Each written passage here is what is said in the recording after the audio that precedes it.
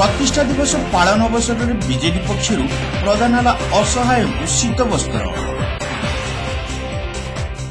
बालेश्वर में विजु जनता दलर 24तम प्रतिष्ठा दिवस पालन अवसर में असहाय मानक शीत वस्त्र प्रदान करा जायछि।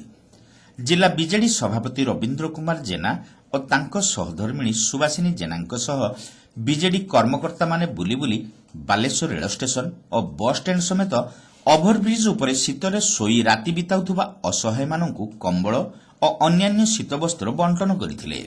सहर मध्यरे रहुथुबा बहु असहाय जेउमाने प्रबल शीतरे भी खंडे लुगा पिंधिबाकु पाउनांती बा खरा वर्षारे स्टेशन और बस स्टैंड बारंडारे पड़ी रहुछंती सेमानकु सहायतार हाथ बढ़ाइबा आवश्यक बोली एही अवसर उभय श्री जेना और श्रीमती जेना कहिथिले।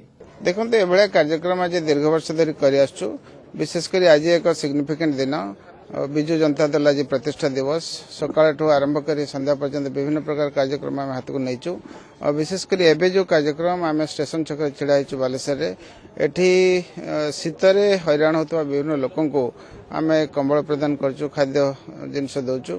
ये हूँ विभिन्न प्रकार सोशल कामर ये अंग विशेष है। विजु जनता दलर प्रतिष्ठा दिवस दिन तमाम बालेश्वर अरे विभिन्न कार्यक्रम चली ता भितरे ये गोटे कार्यक्रम स्टेशन रे बस स्टैंड रे जो गरीब असहाय वृद्ध वृद्धा सबू बसवास करती बा सेटा सेमानकर घर बोली मानिकी से माने सोई थांती रही थांती से माने ठंडा रे असुविधार सब सम्मुखीन होचंती। सेतिपई सेमानकु किछि कंबल एवं किछि खाद्य आमे बंटन करिछु।